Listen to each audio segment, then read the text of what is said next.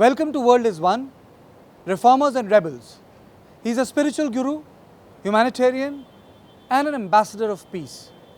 In an exclusive interview to WION, he talks about positive nationalism, Narendra Modi, cow vigilantism, and the work his organization has done throughout the world. श्वास पर नियंत्रण हो तो मन का नियंत्रण हो गया, समझ लेना।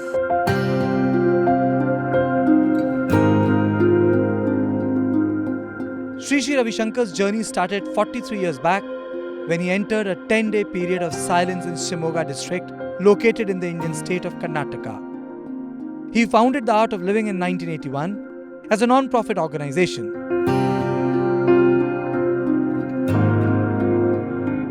Its educational and self-development programs offer powerful tools to eliminate stress and foster a sense of well-being.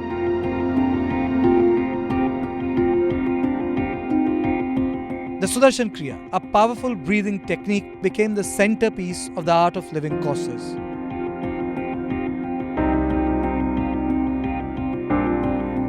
Appealing not only to specific populations, these practices were proven effective globally.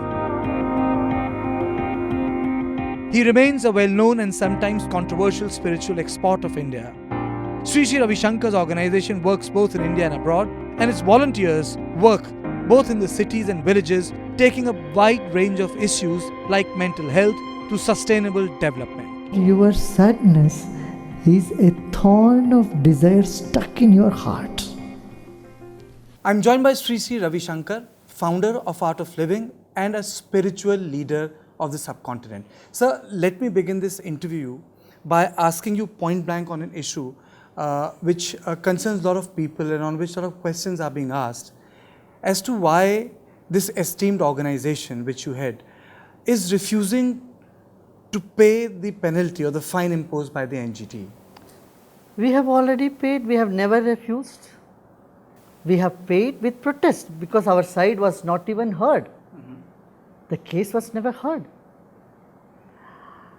And where is the question of fine? If you violate any laws, then there is fine.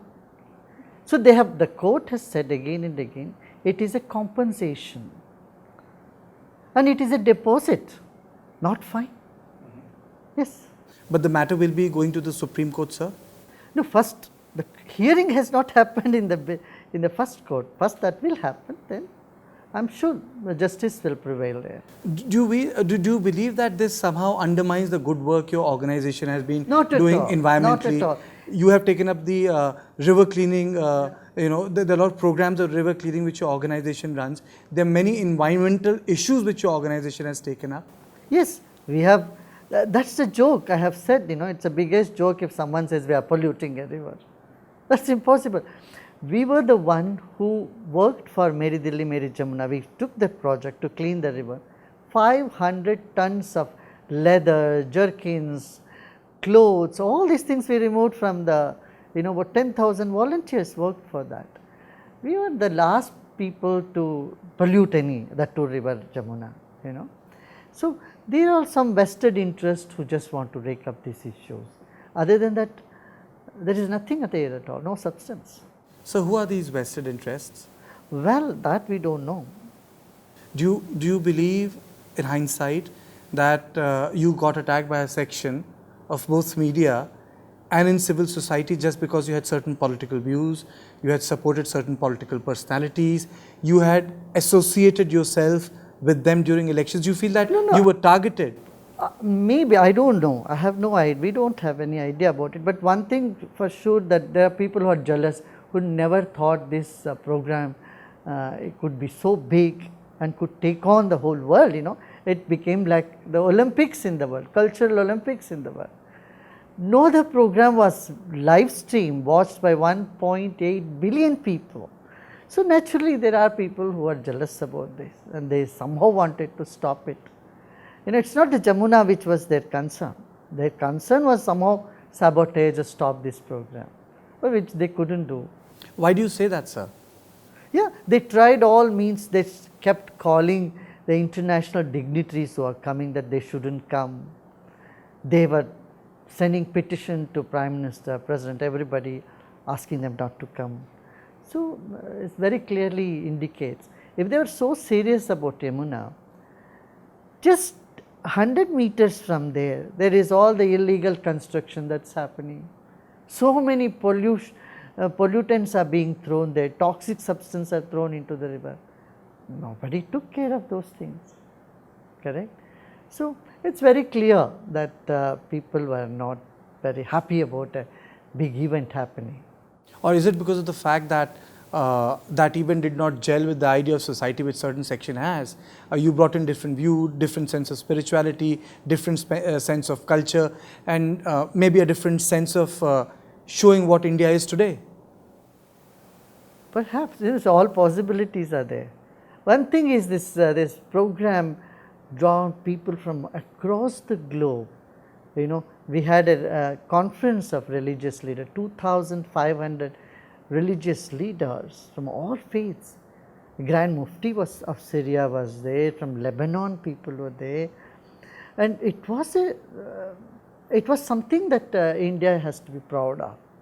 Today we are getting calls from many different countries to conduct World Culture Festival there, because it brings in boost to the economy as well. Just in those 4 days, Delhi's economic growth, GDP had grown by 40%, and 13% more tourists, international people have arrived in that month compared to other years. So, a lot of goodness has happened through this. But in Sanskrit there is a saying, Shreyansi Bahuvignani, when you vision something big, when you take on something very big. Many such hurdles do come, but we have all passed them all with great spirit and enthusiasm. So, you are saying that these were the little obstacles. Correct. So, 3 years have passed, this government has completing its tenure, 2 years you will have elections. As a person who steps in the both, I would say, parts of the world, the spiritual and the political, reforms and also creation of services for a lot of poor people, you straddle many worlds. How do you evaluate the functioning of this government from that perspective? This government's coming has boosted image of this country. Everywhere in the world, now people are waking up, sitting up and taking notice of this country. Number one. Second is, there is tremendous faith in people, still lot of hope. We have a long way to go, but the right step I feel has been taken in the right direction. And I can see that in the general population, in the people, who come here every day. At least there are not as many scams that used to happen a few years back. That is one thing, and there is a nationalistic spirit that our Prime Minister has reinforced in the country, that somehow has appealed to the youth of this country a lot. That's a very interesting point you have raised, nationalism. Nationalism can be very positive in nature, but if you look at the political narrative and the discourse, it seems to have divided the society with multiple polarizing opinions. How do you see it?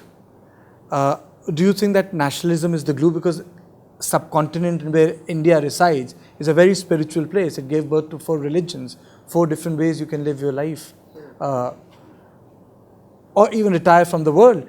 So, how do you see this new phenomena where nationalism, instead of generating love and patriotism, has become a site of contestation and questioning each other's commitment towards nation? See, nationalism does not mean you question others' patriotism or integrity, no. See, religion is different, nationalism is different. We have to make sure, when we talk about nationalism or patriotism, it should not be mixed with religion. People of all religion, all faiths are patriotic to this country. At the same time, you find people from all religions are doing things which are anti-national, which are anti-people. Correct. So, you have people who are doing all this activities, to antisocial activities, who are not just from one religion, they are from all religions. So, we must bifurcate this. Now, nationalism is not looked down upon in any nation, whether it is America. America is very, very proud of being an American. Extremely patriotic. Very patriotic. Patriotism is, is held very high there. So is in Canada. It's the same news in Germany or in India. Somehow in India, for couple of decades, there has been a sense of if you are patriotic, you are sidelining a section of society. That type of misnomer has crept in, and it's time to do away with it now. Do you feel that Modi has tried his best to correct that? I think so, yes. He has done a lot to bring in the spirit of nationalism. Positive nationalism. Positive nationalism. But sir, and also inclusive nationalism. How do you define inclusive nationalism? See, in inclusive nationalism, you see there the caste and community and religions, they all come together. What's happening in Manipur, what's happening in Nagaland, and many other northeastern states, Assam for example.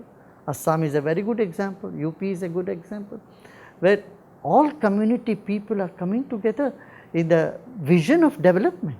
When you talk about reconciliation, there are two questions which come to my mind. One is the question of vigilantism, and another is the question of Kashmir, which continues to bleed, and the steps your organization has taken. The number of children of Kashmir whom you have brought to ashram, and they are in various ways are being integrated here. So I'll come to the issue of vigilantism first. So how do you explain the violence which has taken place throughout northern India on the identity of cow? One, in your opinion, why is it happening? And second, why should a particular animal become a matter of identity and division? Well, this is not a new situation or new issue in this country. This has been there from ages. The Sipai mutiny happened on identification of one animal or two animals at that time, in 1700s and 1800s. What I would say now, the vigilantism, I would have preferred the vigilantes to be vigilant against crime rather than against, in the name of cows. There is so much crime in this society, in villages, in small mohallas. There is theft, there is dacoit, all different type of crime. Vigilance is needed against crime and bring people back into mainstream. This effort is what is needed. Just a few police force cannot bring peace in the whole society. We need the civic society to wake up, and they have to contribute in peace education, in seeing that young people are not committing suicide, that people are not getting into depression, there is no violence against women or senior citizens. Here there is vigilantism is needed. But then sir, how do you get to the point where in the name of cow, people don't target each other? The civility of life is not lost. Again I would like to bring it to your notice here. These are very few incidences in a country like this. Such crimes should be seen as crime, not as a cultural onslaught of one culture on the other. Mm-hmm. It's only crime. So we cannot take this as something which is being approved by the majority of people. Absolutely not. You're saying that that's a wrong way to project certain unrelated incidents which have taken place in the country. Correct. So coming to the question of and taking you to a different area altogether where you have been working is Kashmir. Now, past 1.5 years, we have seen a dramatically different Kashmir, where the biggest search operation is on. You must have read about it. A Kashmir where children have lost their innocence. They have become part of the vicious cycle of pelting. Yeah, Schools have been really burned. pains me a lot. Because How I've do you been- break that, sir? I've And, been and that's working- where Sufism was. Yeah, I have been working with people of Kashmir for a long time. My heart really pains, it breaks when I see such things happening with the youths. And youths are, on one hand, there is not a right leadership there. You need a proper leadership to guide the youths. Number two is, you know, the lot of media there is controlled by some other vested interests. So the children or the youths are fed with the news which may be half truth and which only brings more passion in them to rebel and जिसको कहते हैं ना विध्वंस करना, to go and destroy. The tendency to destroy is being promoted there. This is a very unfortunate thing. Second is the youth of Kashmir, they should feel integrated with the rest of the people of the country. A few incidents like what happened in Rajasthan here and there, Kashmiri youths are being bashed and they have been, targeted, creates even more heartbreak in that back in the valley. So I have promised the youths of Kashmiri youth living outside Kashmir in other parts of India, anywhere they have any difficulty, any trouble, or they have been targeted by anyone, please contact us, our centers, and we will, come and see and help you in whatever manner we need. We have to give the global vision to our youth, not a very narrow regional outlook. See, from that narrow regional vision to a vast, arena of activity for them can, expand their consciousness, can help them to understand, see things from a very different perspective. Okay, let me ask you this, because when we talk about Kashmir, Pakistan is an intrinsic part. So for you, can the problems of violence between, for example, Kashmir, or the way India and Pakistan are locked into each other, can only be resolved through political actors, or you also require an interfaith dialogue? We need interfaith dialogue. Definitely. Why? Because the religious leaders do have a say in people's lives. They can impact the people in a very positive way or in a negative way. They can either bring them hope, peace, and a sense of stability in life, a happiness in life, or induce fear in them, tell them, oh, your religion is in danger, you go and kill others. This type of indoctrination, religious indoctrination, could be very, very dangerous, and that's what this world is today suffering from. Have you tried that interfaith dialogue when it comes to Kashmir or when it comes to our neighbors? Oh yes, we have made several efforts, but I think we need to do even more. How? How can that be done? Because the sort of Islamization of the Pakistan which we witnessed today, or the protests have acquired a religious idiom in Kashmir, or the path which Nepal has taken, barring I would say Bhutan, which is a very happy country, or the path which Bangladesh has taken, where you have fight between those who support the army, who actually kill the leaders of yes. the democracy. How do you resolve See, that then? world over there is extremism today. We must understand. Or even Sri Lanka, sir. Sri Lanka also. Brutal 20-year-old long war. Correct. See, we have not invested on peace education. We have never taught people how to be peaceful. Neither at school nor at home. Anyone teaches us how to get rid of the anger, greed, jealousy, and the rage that you experience in your day-to-day life. How to give patience hearing to us. That's what I say.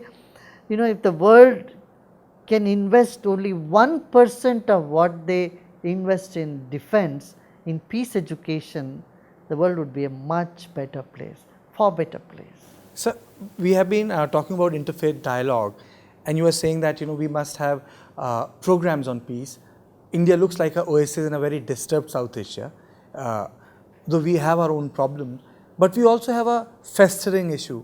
And when I say a festering issue, the issue which concerns the majority, which is the temple for Lord Ram.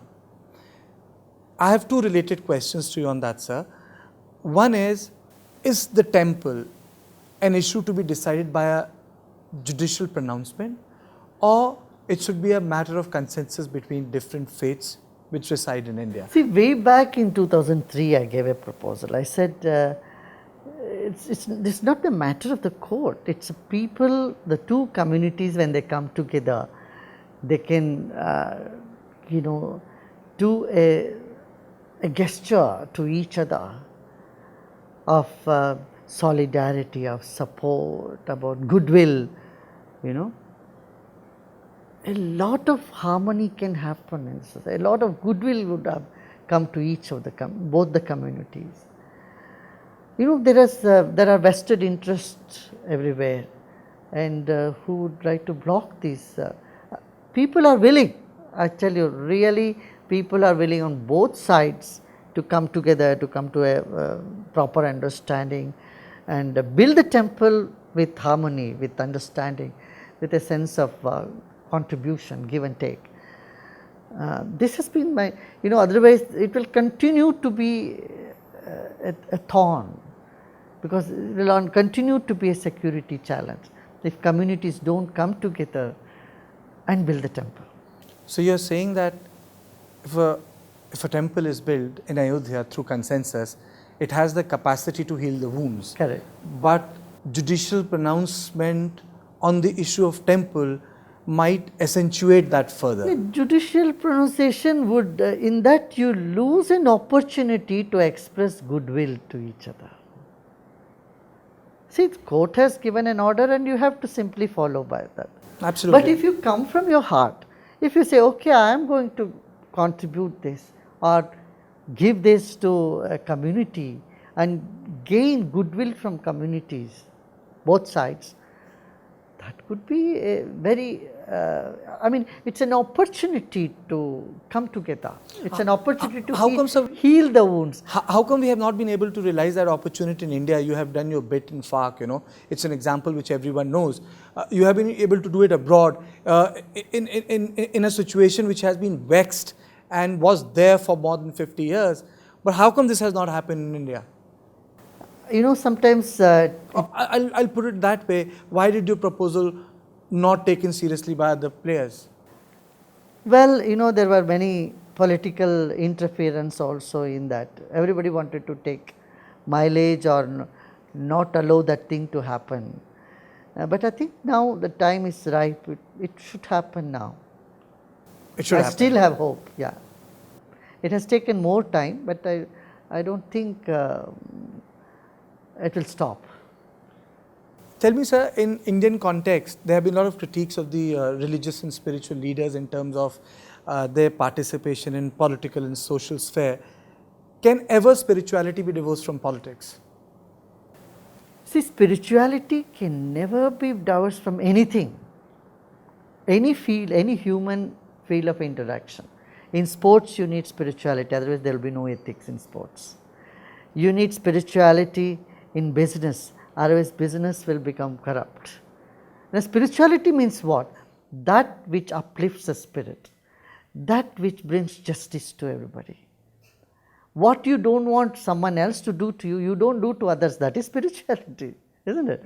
So the basic ethics of human life is what I call as spirituality. And you want the politics to be devoid of ethics? No way. So you spoke about ethics. And when we speak about ethics, ethics are a motivating force for reforms. You had spoken on the issue of Sabarimala. But when we talk about reforms, we leave minority communities out. There's a raging debate in this country, which even became electoral, sir, in nature, about triple talaq. Do you think that it can be fostered through judicial intervention? Or as you said about the issue of Ayodhya, there should be a community consensus. How do we do that? Because community consensus has not been built for past 50 years. See, reform is needed in every religion, but according to time and the natural justice or equal rights or human rights, when it interferes with the religious beliefs, human rights should be the first thing to be attended to. So, religion can only come below the human rights, if at all, if it contradicts human rights. In this sense, women do have their rights. And if you don't have the rights. consensus on this issue, then? They must bring those reforms. There was a time when music was barred from a particular religion. Later on, people started accepting music. They do sing music. They have music in their home, but at particular point of time, some religions have even banned going in vehicles. Then people started using vehicles. Like pictures were not allowed to be painted of human faces in some religions, but then later on, people started taking pictures. Today, you can take cell phone pictures with everywhere. So, religion should also undergo, should be dynamic and should undergo timely transformations. So if we Not living the core values. I am not talking about the values. Values are the same, values are eternal in every religion. But the practices, they differ from place to place, country to country, even region to region. And they need reform when they are out of date. And so if we apply the same logic of reform to issue of Sabarimala and opening up of the sanctum sanctorum for women, what will you say? Again, here I say, that there is a reason why women between 10 and 50 were not allowed. Now, they have to look into what the reason why they were not allowed and how best it can be, construed. This is for the religious leaders to sit and debate on this and take a decision. So, what is your mool mantra for a healthy spiritual life which is built into your mundane routine? Work-life balance. Work-life balance. Meditation. I would say every day do some meditation. Just 20 minutes, half an hour meditation. Meditation, it changes the structure of the brain. It makes you think clearly. It brings inner satisfaction to you. And it makes you very vibrant and enthusiastic to take up any service activity, selfless service activity in society. So, you are saying that if 20 minutes of meditation is built into the routine of a normal, average Joe's life, it keeps your mind sane. It's like mental hygiene. He can change his world. Yeah, like dental hygiene, this is mental hygiene. You can keep yourself sane and clear. So, it's simple formula, I say: clarity in mind, purity in heart, sincerity in action. So, thank you for speaking to me, sir.